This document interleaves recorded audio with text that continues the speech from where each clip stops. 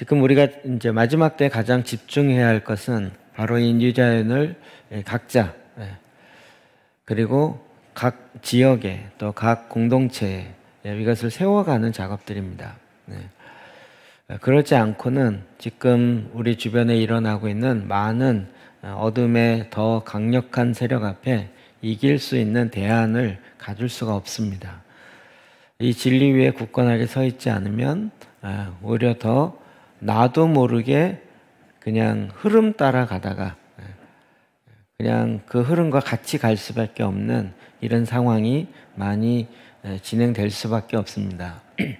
그런 의미에서 여러분이 이 뉴자연에 대한 바른 이해와 또 지난주에 그 하나님의 지도, 그래서 네트워크와 금을 짜는 부분, 이런 것과 관련되어서 잘 이해하시고, 특별히 오늘은 이사야서에 나타난 뉴자연을 좀 개략적이지만 쭉 한번 훑어보면서 전체적인 그림을 가지고 우리가 보도록 하겠습니다. 대표적인 말씀으로 이사야 66장 마지막 장의 8절에서 11절 말씀을 보겠습니다. 같이 읽겠습니다. 시작. 이런 일을 들을 자가 누구이며 이런 일을 본 자가 누구이냐? 나라가 어찌 하루에 생기겠으며 민족이 어찌 한순간에 태어나겠느냐? 그러나 시온은 진동하는 즉시 그 아들을 순산하였도다. 여호와께서 이르시되 내가 아이를 갖도록 하였은즉 해산하게 하지 아니하겠느냐? 내 하나님이 이르시되 나는 해산하는 하는 이인즉 어찌 때를 닫겠느냐 하시니라. 예루살렘을 사랑하는 자들이여 다 그 성읍과 함께 기뻐하라. 다 그 성읍과 함께 즐거워하라. 그 성을 위하여 슬퍼하는 자들이여 다 그 성의 기쁨으로 말미암아 그 성과 함께 기뻐하라. 너희가 젖을 빠는 것 같이 그 위로하는 품에서 만족하겠고 젖을 넉넉히 빤 것 같이 그 영광의 풍성함으로 말미암아 즐거워하리라. 아멘. 이사야 선지자. 이사야 선지자가 갖고 있는 배경을 우리가 조금만 더 이해할 필요가 있죠. 기본적으로는 이제 북이스라엘이 아수르에 의해서 멸망되어지고 남유다도 이제 멸망하는 것에 대한 예언을 이사야 선지자가 끊임없이 하죠. 결국 이제 나중에 바벨론에 의해서 멸망되는, 그러니까 어찌 보면 다윗에 의해서 시온이 가장 왕성하게 되다가 그러나 다시 이스라엘과 이 시온, 예루살렘 이런 것이 점차 멸망되어 가고 있는 이런 상황을 보게 되는 거죠. 우리의 삶의 흐름 속에, 여정 속에 이런 일들을 정말 많이 보게 될 수밖에 없습니다. 이런 가운데 이사야 선지자가 하나님의 말씀을 받고 남유다에 소속되어 있지만 이사야 6장 이후로는 열방의 선지자로 각 나라를 향한 하나님의 예언의 말씀들을 지금 예언하며 선포하고 있는 대표적인 거죠. 그리고 이제 이사야는 신약 성경의 성경을 인용한 것이 시편 다음으로 가장 많은. 그래서 여러분 전에 이사야 조금 이렇게 집중적으로 볼 때 기억나시나요? 이사야는 66장 뭐랑 관련돼 있죠? 신약 성경, 구약 성경 다 한 권 66. 그래서 전체적으로 둘로 나누면 가운데로 나눠지는데 앞부분이 몇 장까지요? 39장까지. 그리고 40장부터 66장까지가 27장인데 앞에 구약의 39와 뒤에 있는 신약의 27과 이렇게 연결되어 있는, 그래서 이사야 40장부터 66장까지는 이제 구약에 나타나는 신약이다라고 얘기할 정도로 많은 신약에 인용되어지고 또 예언되어 있는 것들이 볼 수 있는 거죠. 네. 그래서 이제 이 이사야 선지자를 통해서 하나님 주시는 예언의 말씀들을 보는데 오늘 조금 내용이 많긴 하지만 말씀 중심으로 해서 이렇게 쭉쭉 흘러가겠습니다. 우리가 지금 11번에 걸쳐서 시온에 대한 이야기 그리고 뉴자연에 대한 이야기를 계속 들어왔습니다. 근데 이 시온이 역사적으로 볼 때 그럼 이것이 다 우리에게 본보기가 된다는 거 아시죠? 만나가 내린 사건, 메추라기가 내린 사건, 불평함으로 불뱀과 노뱀을 들린 사건, 이런 것들이 다 신약에서 말씀을 통해서 보니까 이런 것들이 다 우리의 본보기가 되는, 이런 것처럼 이스라엘의 나라의 구약의 이 역사의 흐름들이 그냥 이스라엘의 역사로 끝나는 것이 아니라 우리 모두에게 본보기가 된다는 거죠. 자, 이 시온이 다윗에 의해서 다시 차지하게 되어지고 가장 왕성하게 되어지지만, 그러나 그 시온이 이제 타락하기 시작하는 거죠. 하나님이 이 시온에 대해서 계속 진단하면서 경고하시는 부분이 있습니다. 1장 8절입니다. 같이 읽어봅시다. 시작. 딸 시온은 포도내 망대같이 자매밭의 원도막같이 에워싸인 성읍같이 겨우 남았도다. 네. 이게 이스라엘이 부패했다 이것도 있지만 사단이 그 시온을 향해서 가만두지 않겠죠. 가장 집중적으로 공격하는 것은 이 세상의 다른 영역보다 그 시온을 향해서 집중적으로 하나님을 버리고 다시 어두운 가운데 들어가도록 계속 영적으로 공격하죠. 참 안타깝게도 또 우리의 현실이기도 하지만 이 시온에 결국 내 딸 시온은 포도원의 망대같이 참외밭의 원두목같이 에워싸인 성읍과 같이 겨우 남았도다. 그냥 이렇게 한 채 달랑남은 아주 겨우 남았도다. 사실 이게 지금도 마찬가지인 거예요. 정말 하나님의 임재뿐만 아니라 하나님의 통치가 풀어져는 이 시온이었는데 이제는 그냥 정말 원두막 같이 달랑 한 채 아주 뭐 벽도 없이 빈약하게 남아있는 이런 모습인 거죠. 또 3장 16절에도 이렇게 얘기합니다. 시작. 여호와께서 또 말씀하시되 시온의 딸이 교만하여 느림모 정을 통하는 눈으로 다니며 아기작거려 걸으며 발로는 쟁쟁한 소리를 낸다 하시도다. 아멘. 사실 이런 말씀을 보면 굉장히 슬퍼지고 또 우리의 현실의 모습이 적용되어서 관련된 사건들이 저는 너무 많이 떠올라서 이제 그런 얘기를 하면 실족하게 되는 경우가 너무 많아서 최대한 제가 자제하고 그냥 말씀 중심으로 그냥 이야기를 드리려고 합니다. 시온의 딸들이 교만하여 느린 목, 교만해서 목을 계속 이렇게 뽑는 거죠. 그리고 정을 통하는 눈으로 다니며 아기작거려 걸으며 발로는 쟁쟁한 소리를 낸다 하시도다. 그냥 뭐 어찌 보면 지금의 한국교회 같은 모습일 수도 있고 또 그동안 쇠퇴했던 각 교회의 모습이라고 또 볼 수 있는 부분이죠. 진짜 인간의 노력이 아닌 하나님의 은혜로 말미암아 그 시온이 세워지고 하나님께서 그렇게 일하셨는데 어느덧 하나님을 높이기보다는 자기 자신이 높아지고 그래서 자기 자신이 그 교만한 자리에 들어가는, 하나님의 행하신 일에 결국은 자기가 앉는, 이게 사탄뿐만 아니라 그의 영을 따르는 자들이 동일한 모습, 동일한 교만으로 나타나는 거죠. 어떻게든지 자기의 유익을 위해서 끊임없이 가려고 하는 거죠. 하나님은 이런 부분에 대해서 더 정확하게 진단하고 바라보고 계신 거죠.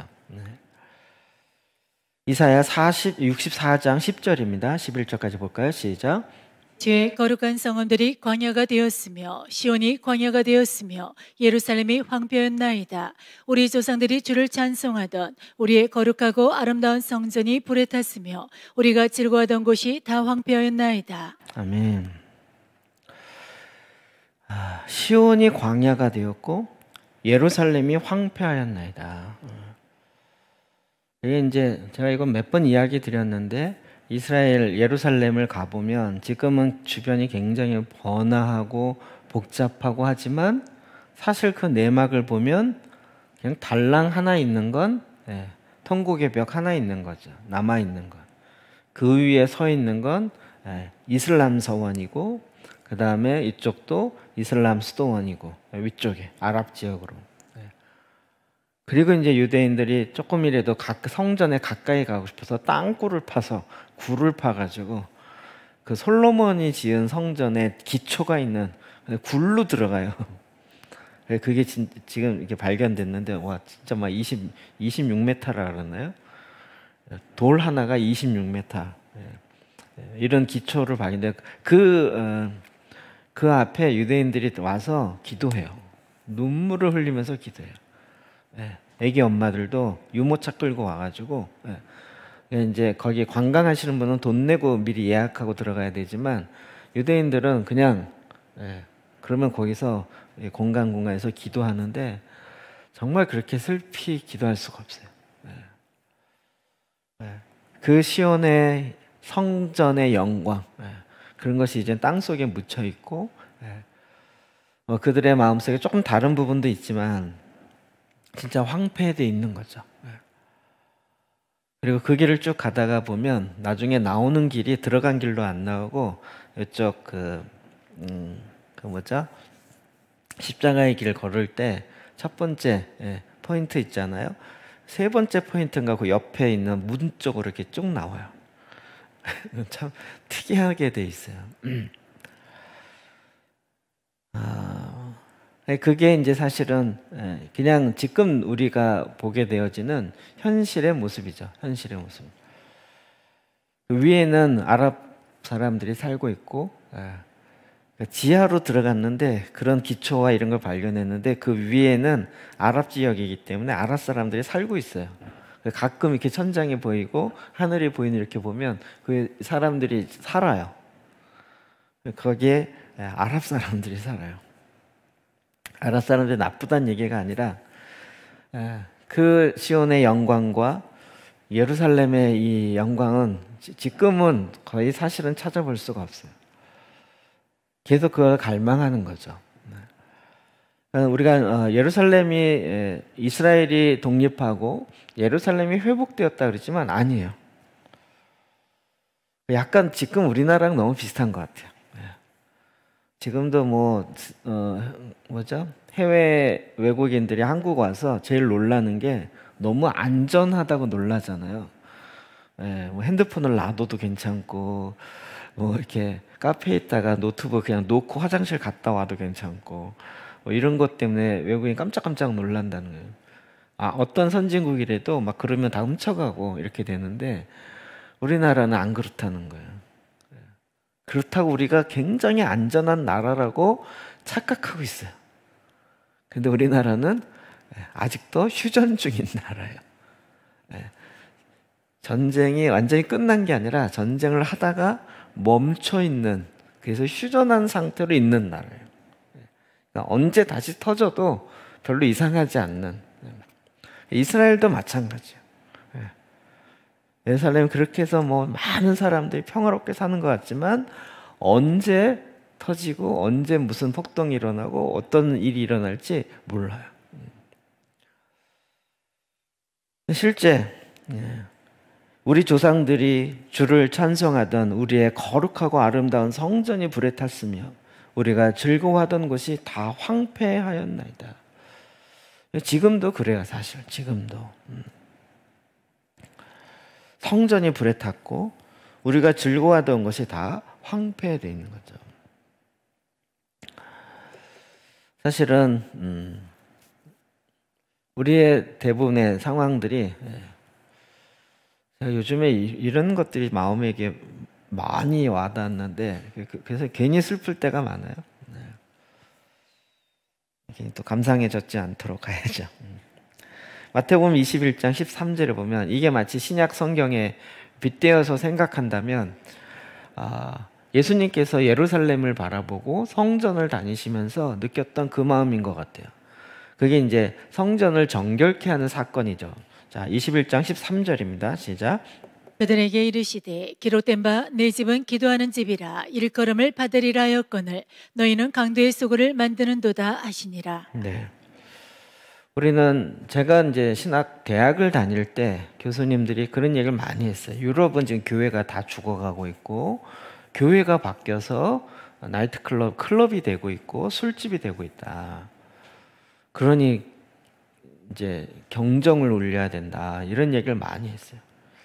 그리고 이제 유럽의 기독교는 거의 죽어가고 있고 한국이 그걸 잘 해야 된다. 뭐 이런 얘기를 많이 들었는데 어느덧 한국도 그런 얘기를 이제 듣기 시작하는 거죠.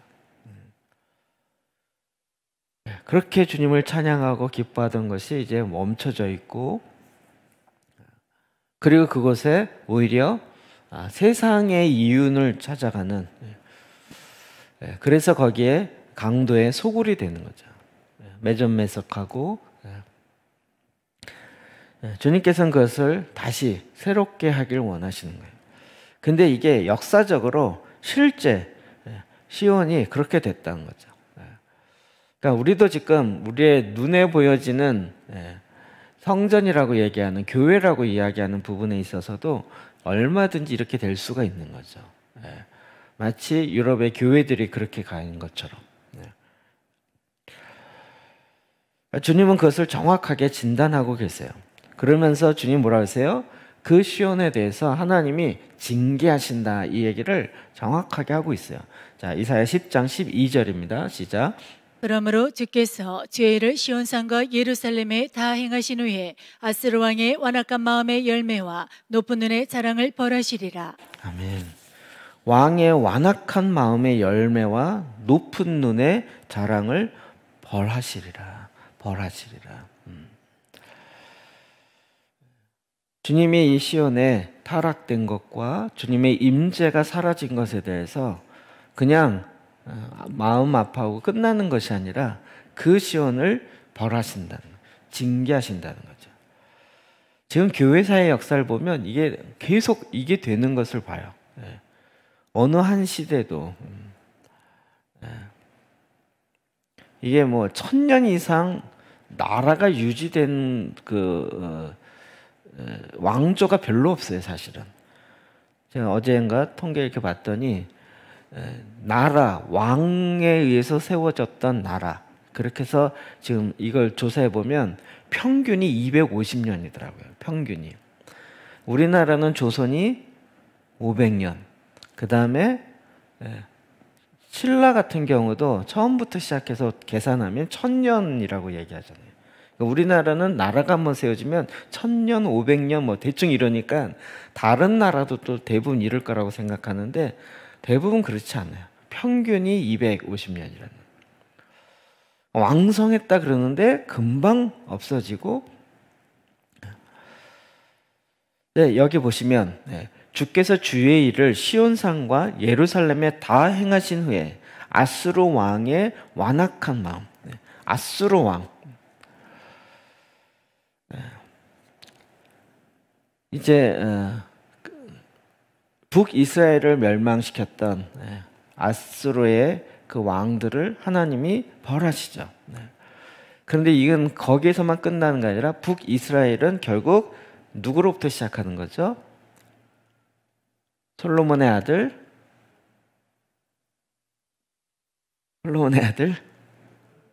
르호보암, 그 다음에 유다는 여로보암. 제가 헷갈렸어요? 제가 이름이 항상 약해서. 누구죠?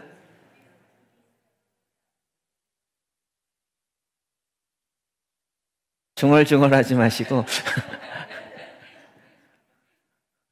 갑자기 멍하지네.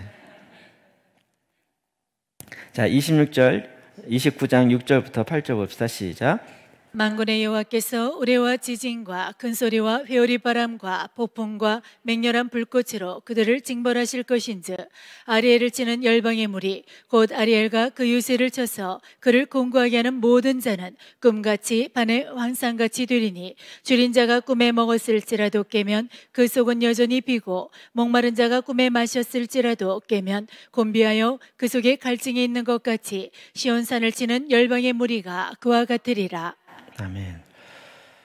29장 1절부터 보면 아리엘에 대한 이야기가 계속 나오는데, 이 아리엘은 이사야서에 나오는 아주 독특한 표현인데 예루살렘에 대한 별명이에요. 이거에 대한 신학자의 해석들이 여러 개 있긴 한데 주로 제일 많은 해석이 예루살렘에 대한 별명이다. 그래 놓고 보면 하나님께서 그들을 징벌하실 거라는 거예요. 하나님은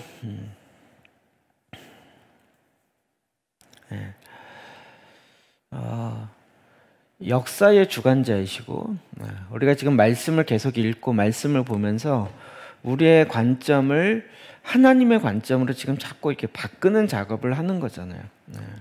여태까지는 인간의 관점으로 자꾸 보고 인간의 관점으로 해석하고 했지만 사실 하나님은 그게 별 상관없죠. 하나님은 그의 히스토리, 그의 역사를 끊임없이 끌고 가셨다는 거예요. 그러니까 우리가 지금 여기서 어떤 관점으로 어떻게 보고 뭘 대안을 세우고 이거 별로 중요치 않고 우리의 생각을 빨리 내려놓고 하나님의 관점으로 딱 이걸 바라보는 게 필요한 거죠.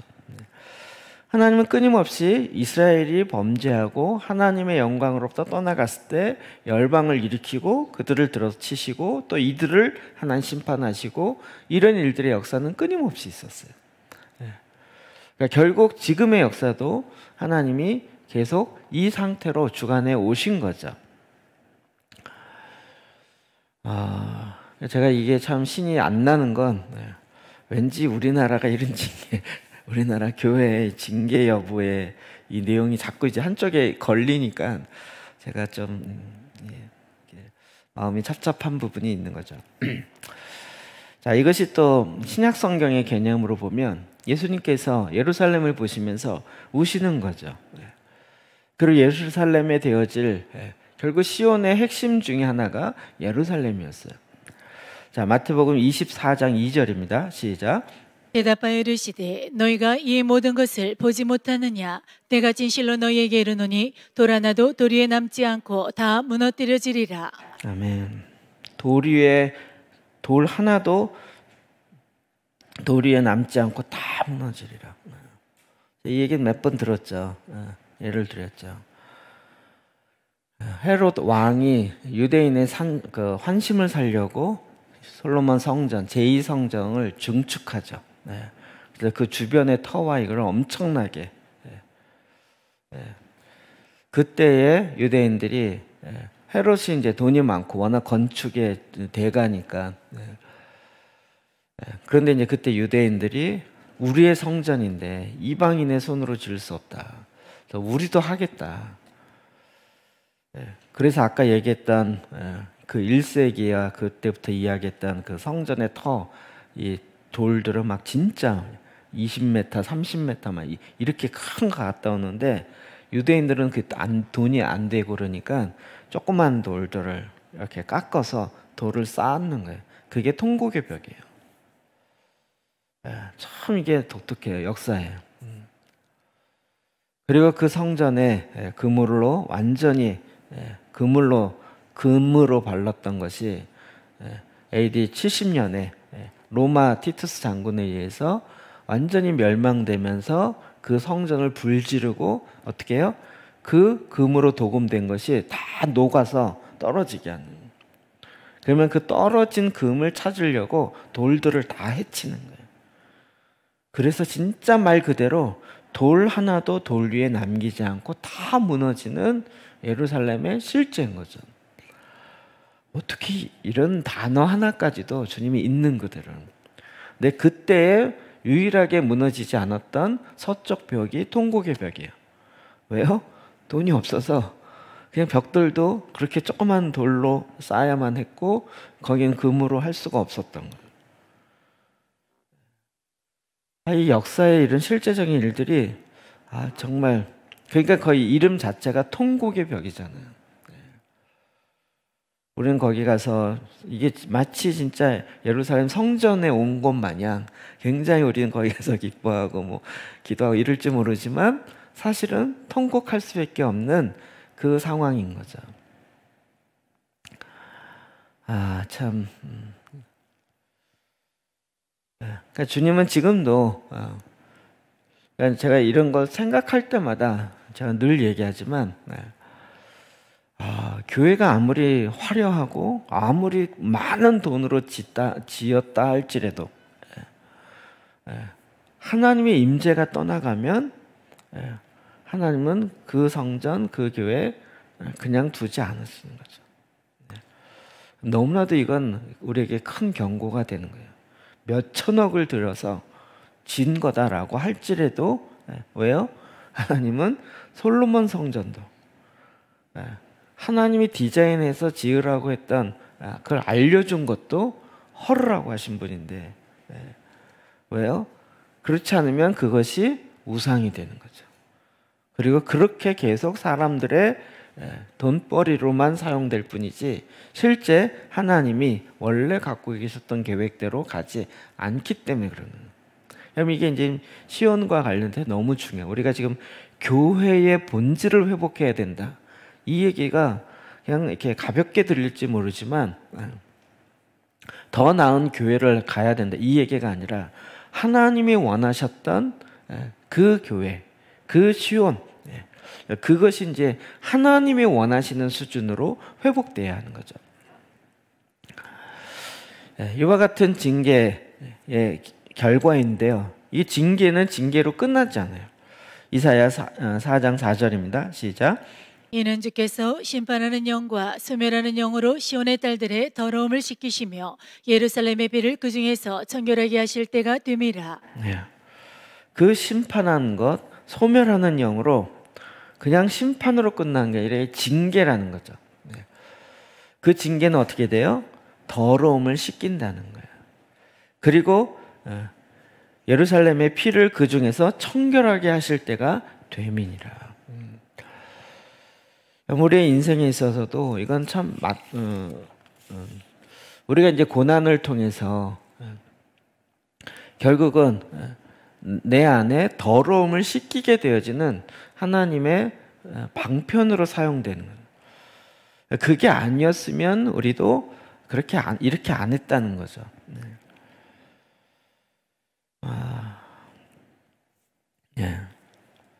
이사야 12장 1절, 2절, 3절입니다. 시작.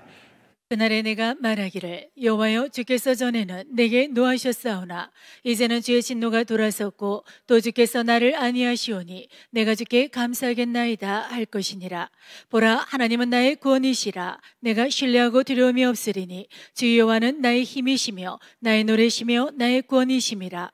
그러므로 너희가 기쁨으로 구원의 우물들에서 물을 기르리로다. 아멘. 3절 말씀 많이 듣던 말씀이죠. 구원의 우물들에서 물을 기르리라. 이게 뭐였죠? 구원의 절기에 있어서 우리가 크게는 5개. 거기서 물을 길러. 근데 이게 지금 배경을 보니까 어떻게 돼요?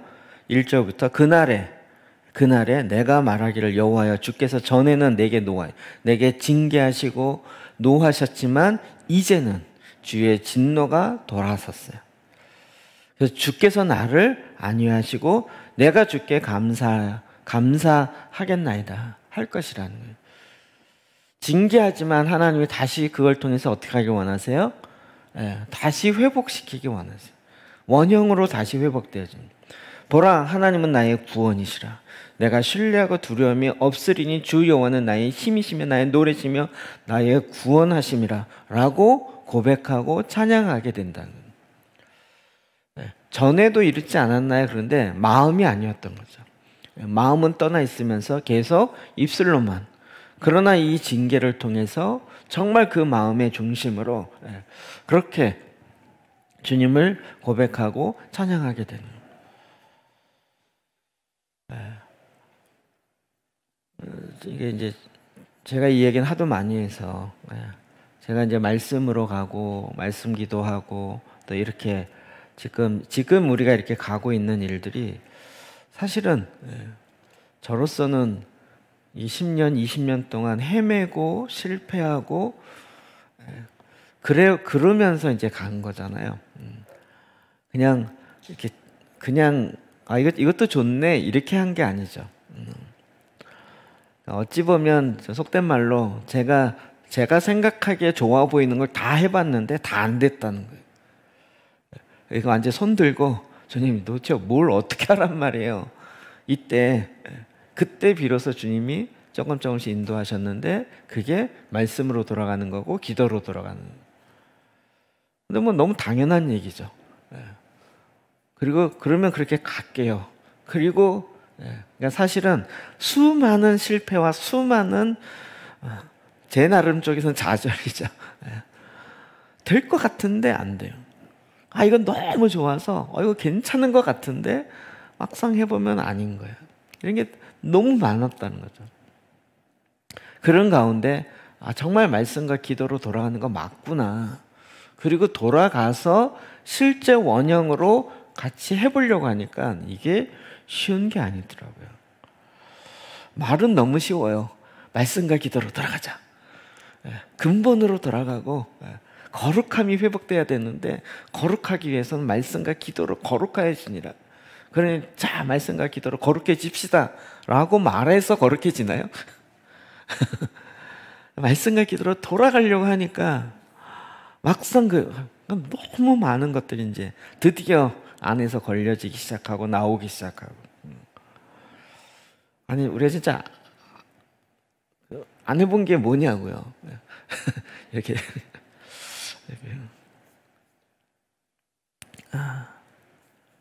지금도 이제 가끔 이런 것들을 이렇게 보면서 저에게 충격됐던 몇 가지는요. 하나는 그 세계관 공부예요. 기독교 세계관 공부. 그거 처음 나왔을 때 아주 센세이션했어요. 그 월드뷰, 세계관에 관점을 가져야 된다. 그래갖고 막 그때 한창 책 나오고 공부하고 그래갖고 이거 공부하면서 막 어깨 힘들어하고 기독교 세계관도 모르면서 뭘 잘해 막 이러면서 이랬었는데 이거 막 10년 동안 해봤는데 기독교 세계관 10년 공부했는데 기독교 세계관이 내 안에 안 잡혀요. 그게 뭐지? 이게 참 뭐예요? 기독교 세계관을 머리로 모더니즘적인 이성으로 공부해서 성경적인 세계관이 내 머리에 생기면 너무 좋죠. 이게 우리가 참 속는 거예요. 세계관을 공부하면 세계관이 생길 거라고 생각하는 거죠. 근데 그건 하나님의 방식이 아니었던 거예요. 그 다음에 하나는 저는 이제 기납적 성경 공부, BBS라고 하는. 그래서 성경을 기납적으로 진짜 연구하고 BBS하고 기납적 성경 공부 제가 일주일 동안 수련회 할 수 있어요. 기납적 성경 방법과 문체와 각각을 어떻게 풀어가는가. 그리고 거기에 이제 그러면 성경 사전이 필요하고 성구 사전이 필요하고 주석 보면 안 되거든요. 주석은 그 주석 저자의 생각이 들어가 있기 때문에 그러면 안 돼요. 그럼 우리 지금 이렇게 성경 밑에 설명 달려 있는 거잖아요. 이거 꽝이에요. 여러분 그냥 참고만 하시지 그거 절대 옳지 않아요. 그거 그냥 신도원생 알바생 줘가지고 이렇게 해갖고 붙이는 거거든요. 왜 붙이냐면 그것도 성경 인쇄하려고. 인쇄권은 오늘 그 대한 성서 공예만 딱 갖고 있잖아요. 근데 그거는 인쇄할 수가 없어요. 근데 그 밑에 주석 달고 이러면 일반 다른 출판사도 인쇄를 할 수가 있어요. 로열티만 내고. 이러면서 이게 찍히면서 톰슨 바이블, 엠마오 바이블 이러면서 엄청 스터디 바이블 개념으로 확 나오기 시작한 거잖아요. 그래갖고 귀납적으로 그래서 그리고 거기서부터 이게 되어야 성경 강해가 되어지고 이 얘기 하기 시작하면 끊임이 없어. 제가 아직도 못 버리고 있는 책이 있는데요. SOS라는 게 있어요. 뭐냐면 설교를 주제별로 모아놓은 건데 한 1000개 주제예요. 그래서 어떤 한 주제다 그런 거 딱 찾으면 그거 딱 펼치면 거기에 관련된 성경 구절이 따라락 나와요. 요 주제와 관련된 성경 본문 따다다다. 그리고 그 성경 본문을 구조만 딱딱 1대지, 2대지, 3대지 해서 딱 이렇게 뼈대만 맞춰준 그런 책이 있어요. 그 SOS라고 영어로 돼 있는데요. 야, 이거 한 권이면 평생 쓰겠다. 제가 그래가지고 지금 보질 않아요. 지금 버려야 되나 말아야 되나. 그러니까 설교 준비할 때 힘들면 SOS 해라. 이제 이 의미인데 별게 다 생각나네요. 정말 너무나도 쉬운 당연한 말씀과 기도로 돌아가자. 그런데 저희가 기납적 성경 연구 진짜 뭐 2주 동안 리더십 훈련 과정으로 놓고 가르치고 했지만 그걸 통해서 말씀이 내 안으로 들어가지가 않아요. 머리로는 엄청 되는데 마음으로는 들어가지가 않은 거예요. 아, 이게 진짜 그래서 이건 그냥 목회자나 설교할 사람들에게만 필요한 교육인가 보다. 이 정도 했죠. 근데 이제 저희가 지금 하고 있는 초대교회 가르침을 보니까 이게 말씀이 내 안에 들어오게 하려면 어떻게 해야 되는지를 진짜 별 차이 아닌 것 같지만 엄청난 차이를 가져온 거죠. 그러고 보니까 이러면서 너희가 기쁨으로 구원의 우물들에서 물을 기르리로다. 요즘 들어 이제 보혈기도가 워낙 많이 나가니까 많은 분들이 이제 보혈기도와 또 시편기도도 지금 굉장히 많이 나가는 편이에요. 그래서 많은 분들이 보혈기도랑 시편기도 하면 되는 거구나라고 하는데 그것만 해서 되는 거 절대 아니에요. 이해되시나요? 그냥 그것만 하면 모든 게 다 해결되는 것처럼. 근데 저희가 이제 구원의 절기 얘기하면서 구원의 우물들에서 물을 기르리라는. 요즘은 이제 성령 강림절 거의 이제 다음 주 되면 마지막이잖아요. 계속 이야기 드렸지만 저도 이게 너무 충격이에요. 구원의 우물들, 그래서 제가 막 기둥 7개 해갖고 유대의 7절기와 이 구원의 이것과 연결시켜서 뭐 하고 막 이랬죠. 이건 제가 막 연결한 거거든요. 근데 이제 이렇게 보니까 우리가 예수 안에 있으면 절로 열매를 맺는데 예수 안에 있으려면 어떻게 해야 되는 거죠? 답은 알아요. 내가 주님 안에, 주님이 내 안에. 내가 그리스도에게 붙어 있으면 열매는 절로 맺어요. 요한복음 15장 포도나무 비유. 딱 답을 갖고 있는데 그래서 열매를 절로 맺고 계신가요? 그래서 제가 이제 이걸 고민하다 이제 그거 얘기한 거죠. 접붙임에 대한 이야기. 그냥 가지를 줄기에 딱 접붙일 때에도 갖다 붙여놓고 본드로 붙인다고 이게 되는 게 아니라는 거죠. 굳이 막 어거지로 해석을 하자면 접붙이려면 어떻게 해야 돼요? 잘라야 되는 거죠. 굳은 부분을 잘라야. 그리고 이쪽 줄기도 어떻게 해요? 이게 들어갈 수 있도록 잘라야죠. 같은 모양으로 잘라서 붙여야 그래서 이게 원액이 들어오는 거죠. 그냥 우리 붙는다고 그냥 줄기 하나 꺾어 이렇게 옆으로 해서 막 감아 놓는다고 이게 그냥 붙나요? 아니잖아요. 이게 또 붙게 하는 게 뭐예요? 그게 또 성령님의 역사인 거죠. 그러니까 구원의 절기의 이 5가지 중에 하나라도 없으면 뜨질 못해요. 우리는 3개, 4개 먹으니까 좋다 그러는데 하나라도 없으면 뜨질 못해요. 이게 무슨 얘기냐면 비행기 뜨는 거와 비슷한 거예요. 비행기 뜰 때 시속 제가 기억하는 270km까지는 하여튼 마지막에 모든 에너지를 쏟아서 막 가야 되는 거예요. 270km 넘어갈 때 그때 조종사가 딱 이 날개를 이렇게 딱 꺾고 들기 시작하면 그때 이제 위가 들면서 바람이 쳐갖고 뜨기 시작한다는. 뜨기 직전까지는 어떻게 해야 돼요? 그런데 270까지 가야 되는데 250에서 힘이 다 돼갖고 떨어졌어요. 이러면 어떻게 돼요? 그때 이거 하면요 안 돼요. 떠지지가 않은 거예요. 그냥 뜨는 게 제일 힘든 거예요. 그런데 희한하게도요, 그렇게 해서 딱 그 무거운 비행기가 뜨잖아요. 딱 뜨기 시작하면 그 다음부터는 바로 500km, 600km 쭉. 왜? 공중이니까. 땅에서는 막 굴러가야지. 그런데 딱 뜨기 시작하면 그 다음부터는 속도 더 추가로 나는 건 너무 쉬운 거예요. 바로 270에서 300, 400, 500이 쭉 나기 시작하는. 이게 구원의 절기가 제가 보기엔 이제 이 느낌인 거예요. 네. 네. 이 성령 강림절까지 해서 이게 이제 떠야 되는 거예요. 붙어야 되는 거예요.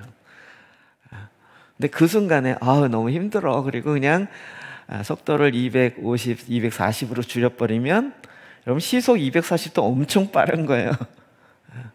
그런데 안 뜬다는 거예요. 이게 뜨고 나면 너무 멋있고 너무 대단해 보이지만 뜨기 직전까지는 어떠해야 하는지 아시겠죠? 뜨고 나니까 거기서 막 엄청나게 기쁨으로 구원의 우물들에 물을 기르리라는 거죠. 그리스도와 함께 일으켜서 그 하늘에서 이루어지는 것을 이 땅에 우리가 연결시키고 그걸 받아내고 그 하나님의 나라를 나타내고 하나님의 나라를 나타내는 여러 양상의 모습들로 구원의 우물들의 물들을 기쁨으로 길러내게 되는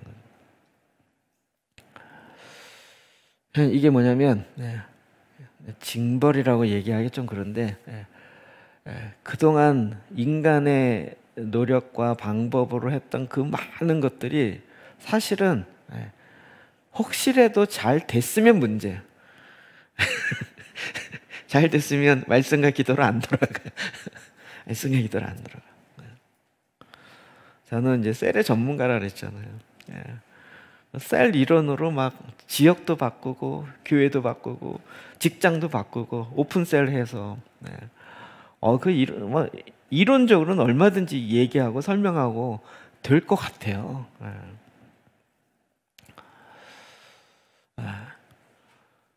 근데 좋은 그릇이긴 하지만 근데 그 모든 것을 이제 안 되는구나. 제로서는 이렇게 생각했지만 지금 돌이켜보면 하나님이 막으신 거죠. 이렇게 너의 믿음의 에너지는 고갈돼 있어 이런 거죠. 오늘 새벽에 했던 것처럼 한 번 믿으면 쭉 가는 줄 아는 거죠. 한 번 믿으면 그 구원의 우물들에서 물을 끊임없이 길러내야 되는 거예요. 이사야 51장 3절입니다. 시작. 나 여호와가 시온의 모든 황폐한 곳들을 위로하여 그 사막을 에덴 같게 그 광야를 여호와의 동산 같게 하였나니 그 가운데 기뻐함과 즐거움과 감사함과 장화하는 소리가 있으리라. 아멘. 그래서 어떻게 해요? 시온의 모든 황폐한 곳들을 하나님이 위로하신다는 거예요. 징계로 끝나는 것이 아니라 이제 그것을 다시 하나님께서 하나님의 방식으로 변화시키기 시작하는데 사막을 에덴같이 광야를 여호와의 동산 같게 하였나니 그 황폐한 것들을 위로하신다는. 우리의 인생에 있어서도 진짜 안 되고 망가지고 막 이랬던 것들이 이제 다시 여호와의 동산같이 에덴같이 하나님께서 회복하게 하신다는 거예요. 그럼 이게 1차적으로 개인에게도 그렇고 또 교회적으로나 공동체적으로도 그렇고 그리고 이스라엘의 나라적으로도. 그럼 이 회복되어지는 과정이 6가지인데 좀 빨리 시간이 다 돼서 살펴보겠습니다. 이거 안 되겠네요. 이거 다음 주에 할게요. 안 되겠네요. 그러니까 저희가 지금 제가 이게 쭉 보면서도 주님의 말씀이 내 안에, 그러니까 우리는 자꾸 은혜 받는다, 내가 뭘 채워간다 이 개념이 너무 많아요. 그러니까 내가 은혜 받는데 받아서 내 방식으로 쓰는 거죠. 그러니까 제가 이게 그리스도와 함께 일으켜서 승천이라는 얘기가 이게 패러다임이 진짜 바뀌는구나, 바뀌어야 되는 거구나. 은혜 받아서 그 받은 은혜로 내가 뭘 하는 게 아니라 은혜 받아서 주님께 붙어서 주님과 함께 올라가야 되는 거예요. 좀 이게 다른 거 이해되세요? 은혜 받아서 받은 것으로 끌어내려갖고 이 땅에 능력 행하고 이 땅에 시온을 다시 회복하고 이게 아니라 은혜, 주님이 주신 은혜로 말미암아 그리스도와 온전하게 연결되어서 그리스도로 더불어 주님과 함께 이제 하늘 보좌로부터 하나님의 원래 우리에게 갖고 있었던 설계 도면의 그 결과대로 진행해 나간다는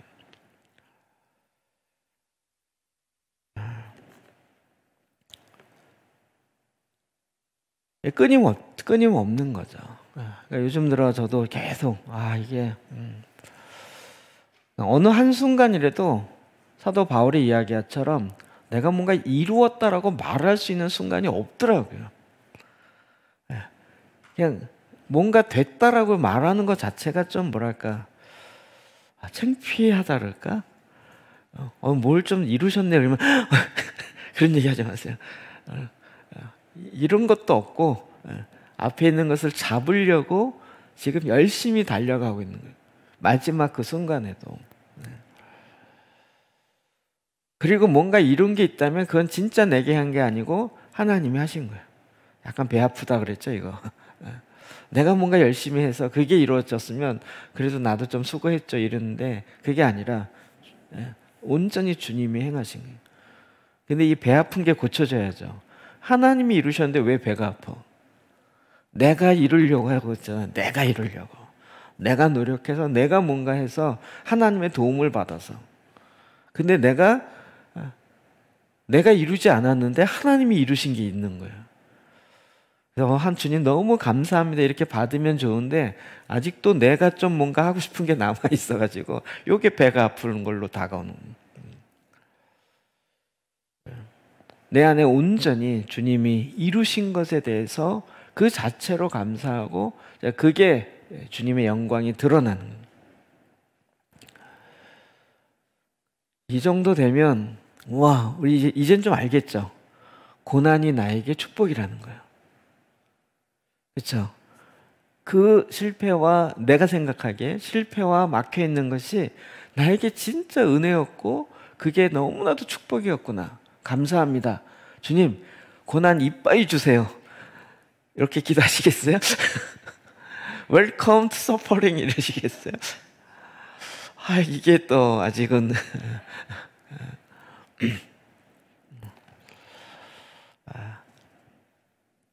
그러나 이제 말씀을 통해서 보니까 제가 보기에 한국 교회나 지금 전 세계적으로 볼 때 코로나 상태로 인해서 여러 가지로 바뀔 거예요. 그리고 더 많은 제도적인 접근을 해요. 이게 상상도 못했던 건데 이게 너무 크게 득세하면서 이야기하니까 지금 계속 얘기되는 게 뭐냐면 우리가 진짜 이게 뒷북을 치고 있다는 생각이 너무나 드는 건 동성애가 잘못됐다는 이야기를 지금 하는 게 아니에요. 지금은 동성애가 잘못됐다는 말을 하면 법적으로 제재를 가자라는 그런 법을 올리고 있는 거예요. 이게 벌써 차원이 달라요. 우리는 쟤네들이 동성애 잘못되지 않았다고 얘기해. 저거 잘못됐다고 얘기해야 되겠어. 이러고 막 이렇게 나서서 뭐 하려고 그러는데 지금 그 수준이 아니고요. 지금 동성애 잘못됐냐 안 됐냐 이런 얘기를 하면 사회적으로 꼰대 얘기 듣고 말도 안 되는 이상한 인간 취급받고 있는 이미 그 세대로 그런 사회로 이미 바뀌어져 있어요. 그런데도 이상한 꼰대가 자꾸 나타나니까 쟤네들 말도 못하게 아예 동성애가 잘못됐다고 얘기하면 법으로 처단하는 왜요? 그쪽 세계에선 그게 너무 진리거든요. 이게 왜 잘못된 거야? 성소수자가 있는 거고 쟤네들이 또 중세에 있었던 이상한 거 가지고 와서 저거 잘못됐다고 이야기한다. 저거 못하게 막아버리자. 이 작업을 하는 거거든요. 우리는 거기다 대고 잘못됐는데요. 이 수준으로 짓고 대항해갖고는 해결될 법이 없어요. 우리가 지금 더 중요한 건 깨어나야 되는 거예요. 깨어나야 돼요. 그래서 하나님의 임재로 이 진리 위에 굳건하게 서야 돼요. 이제 미국 얘기가 아니고 중국도 이미 갔지만 한국도요.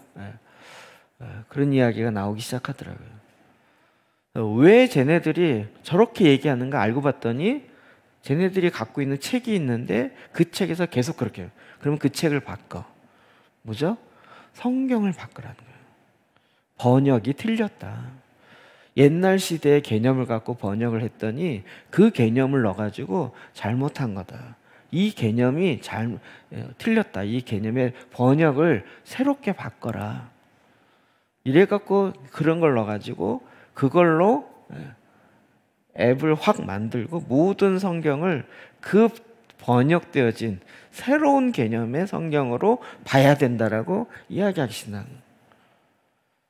그러면 그거 보고 성경 읽었던 사람 뭐예요? 그렇구나, 성경에서 이렇게 얘기하는구나 라고 받아요. 중국이 지금 성경을 바꿨잖아요. 십계명도 바꿔버리고. 그리고 그 바뀌어진 성경을 국가에서 찍어가지고 삼자교에 확 뿌리고 이거 갖고 가르쳐. 이렇게 되는. 근데 이게 공공연하게 이제는 눈앞에 딱 오는 시대가 되는 거예요. 그런 시대가 안 오길 원하지만 그런 시대에 여러분이 그리스도인으로 어떻게 진리 위에 설 수 있을까? 이게 지금 숙제라는 거예요. 그러려면 어떻게 해요? 이건 뉴자연밖에 없어요. 지금은 뭐 금을 짜느냐 이것도 조금 이게 약간 힘이 있을 때는 짭시다 뭐 이러면서 했는데 지금 금을 짜는 것도 약간 너무 평탄한 시대가 아니고 이제는 정말 그리스도인으로 살아남을 수 있느냐라는 이 심각한 고민 앞에 서야 되는. 아예 성경책을 바꿔버리자 이렇게 나오고 그런 쪽으로 가기 시작하니까 우리의 생각을 훨씬 더 뛰어넘어요. 이런 측면에서 주님은 그래도 이렇게 세상은 흘러가도 하나님은 하나님의 경륜을 갖고 계십니다. 그 경륜으로 하나님의 뜻을 이루어가기 원하죠. 여러분, 이것이 바로 지금 우리가 더 집중해야 될, 이게 두렵고 무서우니까 두려움 때문에 뭔가 대안을 세우는 게 아니라 하나님이 지금 움직이시는 하나님의 경륜이 뭔가를 보고 우리는 그것을 이 땅에 지금, 그래야 이 시대에 영향을 미치잖아요. 세대를 축복해야 될 책임이 있는 거룩한 제사장이잖아요. 그거 틀렸다라고 얘기만 하는 게 아니라 아예 진리 가운데 설 수 있는, 하나님께서 그것에 일어나는 가장 중요한 포인트에 시온을 두셨다는 거죠. 주님은 이 일에 끊임없이 저와 여러분을 계속적으로 이루어갈 것입니다. 그리고 이런 많은 고난과 많은 환난을 통해서도 끊임없이 하나님은 정말 이런 변화의 일들을 이루어 가실 거라는 거죠.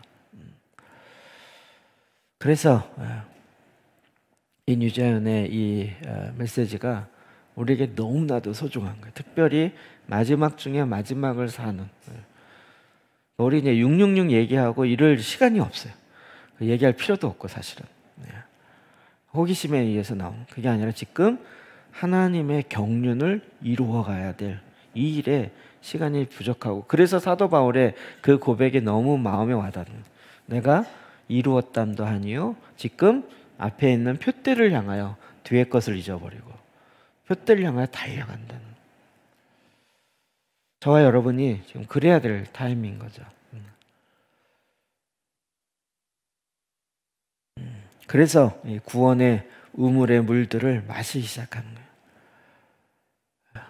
이와 같은 어둠의 이 공격 앞에 이길 수 있는 길은 주님의 말씀을 딱 받아서 이 땅에 광야에 외치는 거예요. 근데 이 진리를 이 세상에 누구도 이길 수가 없어. 그렇지 않겠어요? 창조주 하나님의 말씀을 딱 받아서 이 땅에 광야에 외치는 거예요. 그런데 그 외쳐지는, 광야에 외쳐지는 소리로 말미암아 이 땅에 사람들이 그 음성을 듣는다. 세상의 소리가 아니라. 네. 그래서 신약에는 그 이사야의 이 마지막 부분에 계속 오늘 우리 결론을 안 했는데 회복의 과정 6가지 쭉 이야기를 하고 있습니다. 이 회복의 역사가 일어날 거라는, 그리고 예수 그리스도를 통해서 이 회복을 완성하실 거는 거예요. 그게 우리에게도 마찬가지예요. 개인 영적 전쟁의 세 영역의 첫 번째가 뭐죠? 내 마음. 내 마음에도 주님이 거하는 거죠. 이게 마음의 성전 짓는 얘기잖아요. 그리고 이제 눈에 보여지도록 하나님 나라가 나타나야 되는데, 이게 이제 공동체, 교회, 에클레시아라고 하는, 그리고 이게 국가적으로도 실제 이 세상에 통치하는 시스템 안에도 들어와야 되는 거죠. 이 세 가지 영역에 실제적인 주님의 임재가 회복되어야 되는 거죠.